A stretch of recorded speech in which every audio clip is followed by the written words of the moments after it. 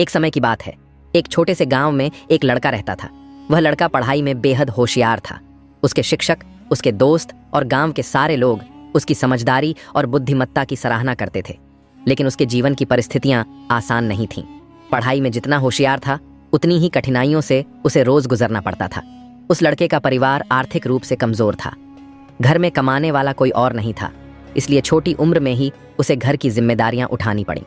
सुबह होते ही वह खेतों में काम करने चला जाता और दिन भर मेहनत करता। खेत की खुदाई, बीज बोना, सिंचाई करना और फसल की देखभाल, ये सब काम वो अकेले करता था। और जब शाम को थका हारा घर लौटता तो थोड़ा बहुत समय निकालकर पढ़ाई करता। इस सब के बावजूद उसकी लगन और मेहनत में कभी कमी नहीं आई।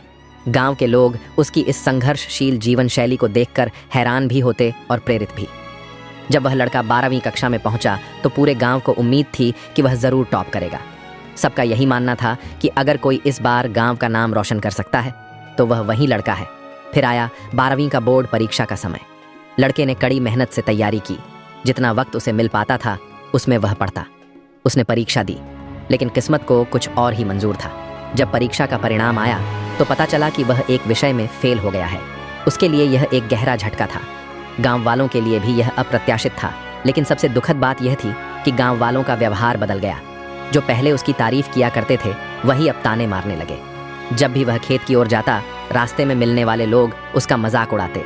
कोई कहता, बड़ा होशियार बनता था, देखा क्या हाल हुआ। तो कोई हंसता और कहता, अब खेत में ही सड़ना है, पढ़ाई लिखाई छोड़। यह सब सुनकर लड़का भीतर से टूटने लगा। उसे लगने लगा कि शायद वह वाकई में असफल हो गया है। उसका आत्मविश्वास डगमगाने लगा।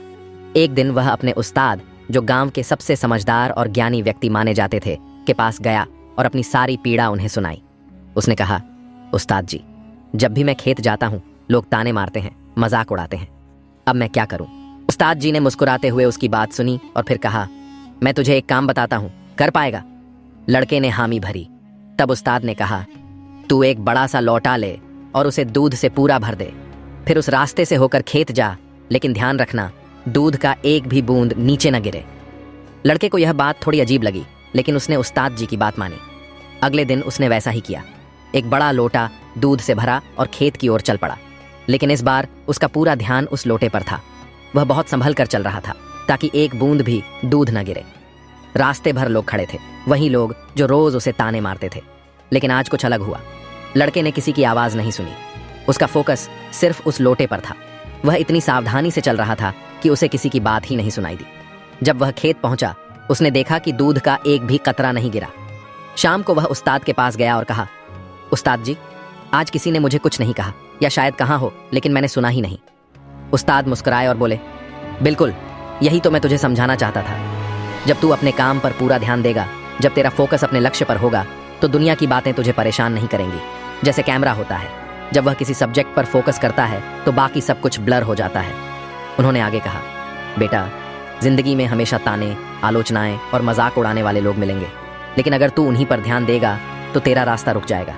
तू अपना फोकस अपनी मेहनत, अपने लक्ष्य और अपने सपनों पर रख।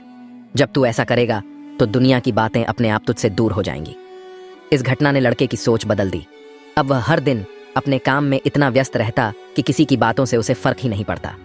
उसने दोबारा परीक्षा दी और इस बार न सिर्फ पास हुआ, बल्कि अच्छे अंकों से उत्तीर्ण हुआ। गांव वालों को उसकी मेहनत फिर से नजर आई और एक बार फिर वही लोग उसकी तारीफ करने लगे। लेकिन अब वह लड़का बदल चुका था। अब उसे लोगों की तारीफ से भी फर्क नहीं पड़ता था और न ही तानों से। उसका ध्यान केवल अपने लक्ष्य पर था। इस कहानी से हमें यह सीखने को मिलता है कि जीवन में आलोचना और नकारात्मकता से बचा नहीं जा सकता, लेकिन अगर हम अपने लक्ष्य पर ध्यान केंद्रित करें, अपने कार्य में पूरी निष्ठा और समर्पण के साथ लगे रहे, तो कोई भी बाधा हमें रोक नहीं सकती। हमें वही करना है जो कैमरा करता है, सिर्फ लक्ष्य पर फोकस और बाकी सबको ब्लर। अगर आप इस प्रेरणादायक कहानी को और लोगों तक पहुंचाना चाहते हैं तो इसे शेयर जरूर करें। यह कहानी किसी की जिंदगी बदल सकती है